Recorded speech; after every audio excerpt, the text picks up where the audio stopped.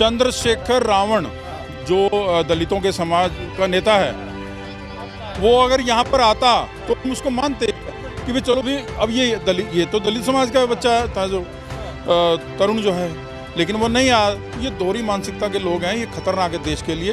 ये दलित समाज का बच्चा ही तो मारा गया, जो जिहादियों ने मारा। आज कहाँ है वो? आज कहाँ है वो? कोई उसका वो सुना?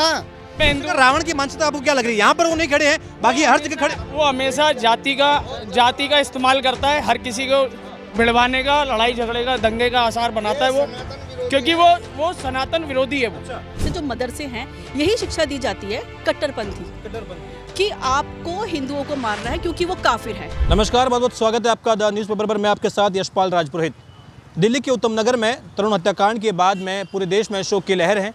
लगातार हिंदू संगठन तरुण के हत्यारों को फांसी की मांग कर रहे हैं, घरों पर बुलडोजर एक्शन की बात कर रहे हैं। आपने देखा भी कि रेखा सरकार ने किस तरीके से तरुण के उन आरोपियों को, उन हत्यारों के घरों पर बुलडोजर एक्शन तो लिया है, लेकिन अभी भी तमाम हिंदू संगठनों के मन में जो दुख है और इस ऐसी विपदा की समय में तमाम जो लोग हैं, खासतौर पर हिंदू संगठन के लोग हो गए, तमाम जो लोग हैं वो लगातार न्याय की मांग कर रहे हैं। लेकिन अभी भी कई ऐसी कड़ियाँ हैं जो अनसुलझी हैं। तरुण के परिवारजनों का ये कहना है कि कई ऐसे आरोपी हैं जो अभी भी पुलिस की गिरफ्त से बाहर हैं, और जो आरोपी गिरफ्तार किए गए हैं उनके चेहरे अभी तक परिवार वालों को नहीं दिखाए गए हैं। यानी कि अभी तक श्योरिटी नहीं है कि जो आरोपी इसमें पकड़े गए हैं क्या वो वही लोग थे जो तरुण की हत्या में शामिल थे या कोई और लोग थे। तो तमाम कई से सवाल हैं और अभी भी लोग जो है वो न्याय की मांग कर रहे हैं। आप देख सकते हैं कि लोगों के हाथों में तरुण के हत्यारों को फांसी दो की बात चल रही है। भारत में कट्टरवाद नहीं चलेगा कि नारों जो हैं वो अब पूरे दिल्ली में नहीं बल्कि पूरे भारतवर्ष में सुनाई दे रहे हैं। सर, बहुत बहुत स्वागत है आपका। क्या शुभ नाम हुआ? संदीप चौधरी मेरा नाम है। संदीप जी, देखिए लगातार भारत में एक तो डेमोग्राफी चेंज की बात जो है अब आम बात हो गई है। अलग अलग राज्यों में हम सुनते हैं कि पहले वो कोई इलाका जो है वो हिंदू बहुल इलाका हुआ करता था। दिल्ली में बात करें सीलमपुर, हमने देखा है कि वहाँ पर भी लगातार जो है हिंदू लोग जो है वो पलायन की बात करते हैं। अपने घरों के बाहर पोस्टर लगा दिए हैं कि हिंदू यहाँ से पलायन कर रहा है। अब दिल्ली का उत्तम नगर भी उसी इज्जत में आ गया है। तरुण हत्याकांड और इस पूरे घटनाक्रम पर आपकी क्या राय है? जैसे एक गली में हिंदू बहुल क्षेत्र में मुस्लिम, चाहे वो दो परिवार रहते हो, शांति से रहते हैं, लेकिन मुसलमानों के इलाके में हिंदू चाहे थोड़े से ज़्यादा भी हों तो भी वहाँ रह नहीं पाते, पलायन को मजबूर हो जाते हैं। क्योंकि संस्कृति का फ़र्क है, सोच का फ़र्क है, और अपना जो दिनचर्या होती है हमारा जीवन जीने की जो कला है, जो तरीका है, वो बिल्कुल मेल नहीं खाता, संस्कृति मेल नहीं खाती, इसलिए ये प्रॉब्लम्स आती हैं। लेकिन हमने ये देखा कि यहाँ तो तरुण की जो हत्या हुई है उसमें एक मामूली सा विवाद था कि एक छोटी बच्ची के द्वारा गुलाल के कुछ छींटे एक मुस्लिम महिला पर लग जाते हैं। उसके पश्चात एकाएक भीड़ आती है और आसपास के जो हिंदू लोग हैं उनके घरों पर कुंडी मार के और फिर तरुण के घर में घुस के। आपने किसी हिंदू को ये नहीं देखा होगा कि ईद वाले दिन कोई किसी व्यक्ति मुस्लिम के साथ वो इस तरह का व्यवहार करे। लेकिन हमारा होली का त्यौहार है, होली दिवाली यही तो त्यौहार है हमारे। अगर आपको दिक्कत है रंगों से तो आप अपने घर से मत निकलिए ना, तो माहौल को देख के तो चलेंगे ना। अब ईद पर ये इतने बकरे काटते हैं, बिल्कुल लाल कर देते हैं नालियों को, तो उससे तो हिंदुओं को एतराज़ नहीं हुआ, कभी नहीं कहा इनको। कभी सेवइयाँ खाते हैं तो कभी बकरे काटते हैं, इनका तो मतलब हमने इनके ईद से कोई दिक्कत नहीं है, तो इनको हमारे रंगों से क्या दिक्कत है? आपको क्या लग रहा है, क्या समस्या है? और ये देखिए एकाएक जो भीड़ आती है, सवाल उस पर खड़े होते हैं कि अगर ये ऐसे विवाद था जिसे बातचीत के जरिए सुलझाया जा सकता था, लेकिन एकाएक भीड़ का आना, इस तरीके से हत्या को अंजाम देना, आपको लग रहा है कि एक बहुत बड़ी साजिश के तहत ये सब कुछ होता है? बहुत बड़ी साजिश है, षड्यंत्र है एकदम हिंदू समाज को दबाने की और दिल्ली के अंदर दंगे कराने की। बहुत बड़ी साजिश है ये, क्योंकि अभी इन्वेस्टिगेशन से पता लगा कि इनके पास कई तरह के हथियार वो सामग्री वगैरह मिली है, और कई लोग तो गिरफ्तार हुए हैं, लेकिन काफ़ी लोग अभी फरार हैं। लेकिन देखिए नाबालिगों की संलिप्तता भी है इसमें, महिलाओं की संलिप्तता भी है इसमें। वहाँ पर लोग जो है नारेबाजी भी कर रहे हैं कि मारो मारो इसे। तो ये आपको लगता है कि वाकई में बच्चे जो हैं वो भी इसमें संलिप्त होते हैं? महिलाएं जिन्हें हम मातृत्व का भाव की बात करते हैं, वहाँ पर वो हत्या तक की शामिल हो जाती हैं। बच्चे भी, महिलाएं भी, सभी लोग कट्टरवाद के शिकार हैं। ये जो कट्टरवाद जहाँ पे होगा यहाँ पर ऐसी समस्याएं आएंगी और हिंदुओं को पलायन करना ही पड़ रहा है। देख ही रहे हैं आप, पहले कश्मीर से कि अब दिल्ली जैसे जो देश की राजधानी है सुरक्षित नहीं है। तो ये जो कट्टरपंथी लोग हैं इनका विरोध करना पड़ेगा संगठित होकर, एक मुश्त। अगर इनके अंदर कोई इंसानियत होती तो तरुण के हत्या के बाद ये भी तो अफसोस करने आते ना ये लोग, तो इन लोगों ने, ये लोग तो नहीं आए। अगर मूक समर्थन कर रहे हैं कि जो हुआ तो इनको अफसोस होना चाहिए। अगर सलीम वास्तविक के मैटर में कार्रवाई हो सकती है हमारे मुख्यमंत्री साहब ने वहाँ कार्रवाई की, एनकाउंटर किया, और हिंदू समाज ने मुस्लिम होते हुए भी सलीम के साथ मतलब फेवर किया उनका, उनकी सहमति जताई भी, चलो ठीक है, अपनी विचार रखना तो कोई बुरी बात नहीं है। अगर वो इस्लाम के बारे में अगर कुछ जो भी टिप्पणियां उन्होंने सच्चाई बताई, सच्चाई सुनने के मतलब ये लोग आदी नहीं हैं। आपको लग रहा है कि भाईचारे की जो लोग बात करते हैं, खासतौर पर देखिए सवाल तब उठते हैं जब हमने देखा कि मोहम्मद दिब्बा के एक नाम वायरल हुआ था, एक मुस्लिम शख्स को अगर कोई लोग जो है लग रहा था कि परेशानी थी, तमाम वो चीज़ें थी। मुसलमानों में ऐसा क्यों नहीं हो रहा है कि कोई अब्दुल शर्मा बन के सामने आए? क्यों नहीं वो कह रहा है कि नहीं गलत हो रहा है, हम इसका विरोध करते हैं? क्या लगता है? बिल्कुल चिंताजनक स्थिति है, मानसिकता ऐसी है इन लोगों की। अब मोहम्मद दीपक को ही ले लो आप, चलो ठीक है, उसने एक इंसानियत का काम किया बुजुर्ग के बारे में, ठीक है, वो कोई दिक्कत नहीं है, लेकिन उसी व्यक्ति को अगर यहीं आकर खड़ा होता तो उसकी भी कोई वाहवाही होती। लोग कहते हैं मुसलमानों में शायद खड़ा होता कि भाई मैं विरोध करता हूं। हाँ, उसको शाबाशी मिलती भी है, चल ठीक है, हर मुद्दे पे खड़ा होने की वो रखता है, क्षमता रखता है।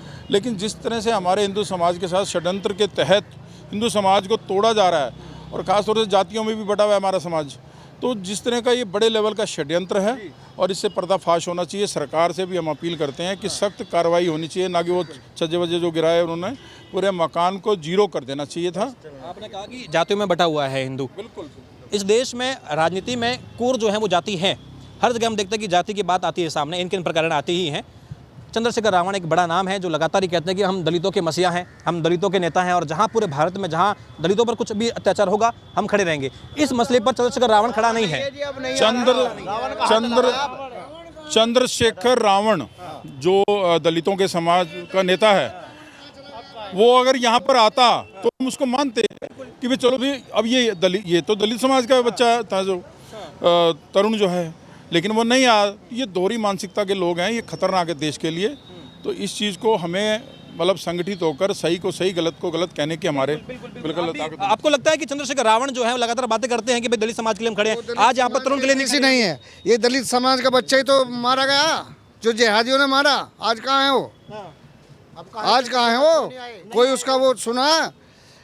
बताओ, कोई स्टेटमेंट आया हो उसका? नहीं। तो फिर काहे के वे दलितों के मसीहा हैं? वो तो जय भीम जय मीम की बात करते हैं। मैं भीम, वो दिखावा भीम का, वो असली भीम नहीं, असली वो तो जय भीम भीम कोई नहीं है, सब बकवास की बात है। अपनी राजनीति करते हैं, मुसलमान के ऊपर राजनीति करते हैं, उनकी वोट लेते हैं और उन्हें भी इस्तेमाल करते हैं। और जहाँ तक सवाल है दलित का, दलित के नाम पे तो वो सही पूछो, कलंक है, उन्हें कलंक है, और इतने बड़े कलंक है कि वो दलित की वोट लेके वो दलित का भी भला नहीं करते कभी। हर बार तो कहते हैं कि देखिए ब्राह्मणवाद जो है वो हावी होता है, दलितों के ऊपर हावी होता है, वो उनको दबा रहा है, इसलिए हर जगह वो है अपना झंडा लेके चल जाते हैं। कुछ नहीं है, कहीं कोई ऐसा नहीं है, सब सनातनी है, ना कोई किसी को दबाता है ना कुछ करता है। कभी कभी एक आध केस ऐसे हो जाते हैं जो गलती से किसी ना किसी उसमें हो जाते हैं, समाज में सर समाज है वो बांटने का काम करते हैं, इसके अलावा उनका कोई काम नहीं है। तो चंद्रशेखर रावण का जो आपको लग रहा है कि केवल फायदे के लिए करे, राजनीतिक केवल राजनीतिक फायदा, राजनीति के अलावा आज तक कुछ है ही नहीं उनका अपना व्यक्तिगत बताइए ना क्या है। मैं एक दलित भाई के लिए खड़ा हूँ, क्योंकि मैं जाति देख के नहीं खड़ा हूँ। एक हिंदू भाई मारा गया मेरा, बिल्कुल मैं जाति देख के, मैं खुद ब्राह्मण हूँ, ब्राह्मण कुल में जन्म लिया, लेकिन नहीं, पहले मैं हिंदू हूँ, पहले मैं हिंदू। रावण की मानसिकता आपको क्या लग रही है? यहाँ पर वो नहीं खड़े हैं, बाकी हर जगह खड़े। वो हमेशा जाति का इस्तेमाल करता है, हर किसी को भिड़वाने का, लड़ाई झगड़े का, दंगे का आसार बनाता है वो, क्योंकि वो सनातन विरोधी है। वो रावण, चंद्रशेखर रावण बोला जाता है। रावण भी पता है किसका नाम था? रावण भी एक ब्राह्मण था, ये उसका भी नाम यूज कर रहा है। मैम क्या नाम है आपका? प्रीति। आपने भी देखा होगा पूरा का पूरा घटनाक्रम, एक मातृत्व का भाव होता है महिलाओं में, खासतौर पर पुरुषों के मुकाबले जो है हृदय बड़ा ही कोमल होता है, बड़ा ही सहज भाव होता है कि अगर कुछ भी वो खून खराबा देखती हैं या ऐसा कुछ देखती हैं, चाहे अपना बेटा हो या ना हो, एक भाव आ जाता है कि रोको, ये सब मत करो।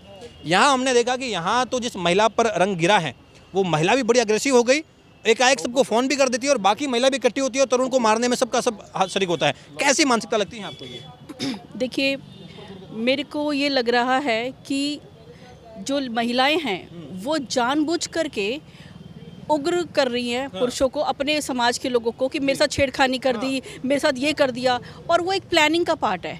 ठीक है, इसमें जहाँ तक मैं समझती हूँ कि बच्चे भी, महिलाएं भी, बुजुर्ग भी, हर वर्ग का इस समुदाय में हर वर्ग जो है इसी मानसिकता से भरा हुआ है और उनको शिक्षा भी मेरे हिसाब से जो मदरसे हैं यही शिक्षा दी जाती है कट्टरपंथी कि आपको हिंदुओं को मारना है क्योंकि वो काफिर है। एक हिंदू को मारेंगे क्योंकि वो काफिर है तो आपको जन्नत नसीब होगी। तो हर बंदा यहाँ पर सड़कों पर यही सोच के निकलता है किस हिंदू को मारे, किससे झगड़ा करे जानबूझ करके और अपने समुदाय को इकट्ठा करे और अपना जो है सिस्टम कर दे। हमारा दिल्ली प्रदेश, हमारी दिल्ली में हमारा ही प्रशासन हमको रोकता है कि नहीं नहीं आप शांत रहो शांत रहो। इनको क्यों नहीं, इनका प्रशासन क्यों नहीं इनको रोकता? हमारे त्योहारों पे हमने तो कभी कोई त्यौहार ख़राब नहीं किए इनके। आज तक कोई बता दो कोई त्यौहार हमने ख़राब किया हो? हमें लगता है इनका त्यौहार है हमारा त्यौहार है, हम इनके त्यौहार में इंटरफेयर ना करें या हमारे त्यौहार में ये तो भाईचारा समझ में आता है। लेकिन कोई त्यौहार ऐसा नहीं हो रहा जिसमें ये इंटरफेयर ना करे। हर जगह कोई ना कोई ये हत्या करते हैं और साइलेंट हो जाता है। ये तो शुक्र है मीडिया का, आप लोगों का मैं बहुत बहुत धन्यवाद करती हूँ क्योंकि आप लोगों के माध्यम से ये चीज़ें हाईलाइट हुई हैं तो पता लगा है। पता नहीं कितने लोग मर रहे हैं नाले में पड़े हैं, पता ही नहीं है लोगों को। आपको लग रहा है नहीं पता कई ऐसे लोग, क्योंकि आपने भी देखा होगा कि चंद्रशेखर रावण बड़ा नाम जो है बार बार ये दुहाई देते रहते हैं कि हम जो है दलितों के साथ में खड़े हैं, इन पर जो है अत्याचार ब्राह्मण लोग जो हैं वो करते हैं, स्वर्ण लोग करते हैं। आज जब जो जय भीम की जो बात करते हैं, आज जब हमने देखा कि तरुण की हत्या हुई है वो लोग यहाँ से गायब हैं, आए भी नहीं है। देखिए मैं ये समझती हूँ कि जातिवाद नहीं होना चाहिए। कोई भी आज के बाद ये कसम खाइए कि कोई तरुण अब नहीं जाएगा इस दिल्ली से, इस पूरे देश से नहीं जाना चाहिए। हर देश में जो जहाँ है वो वहीं से आवाज़ उठाएं और वहाँ जा कर के आप दिल्ली से कोई, जैसे दिल्ली से हमारे लोग जो हमारे समुदाय के लोग हैं, मैं नहीं समझती कि जातिवाद कौन है, हमें नहीं मालूम। हम लोग बस हिंदू हैं, हम आ गए, ऐसे ही होना चाहिए। हिंदू हैं और आ गए। समाज को तोड़ने का काम कर रहे हैं, हिंदू समाज को बटन में डालने का काम कर रहे हैं। ये हमारे अपने विनोद खटीक जी प्रदेश के अध्यक्ष हैं उत्तर प्रदेश के, इनके नेतृत्व में हम सब उत्तर प्रदेश से आए हैं। आप उसी समाज से हैं जिस समाज से तरुण भाई है। तो आपको नहीं लगता, क्योंकि देखिए आपका समाज और चंद्रशेखर रावण लगातार ये बात कहते रहते हैं कि भाई हम तो समाज को साथ लेकर के चल रहे हैं, दलित समाज के लिए बात कर रहे हैं, और आज ऐसे मुद्दे पर जो है वो जो चंद्रशेखर जी हैं वो तो सिर्फ और सिर्फ राजनीति करते हैं। एक खटीक समाज ही ऐसा समाज है जो हिंदू समाज को सबसे ज़्यादा आगे लेके बढ़ता है।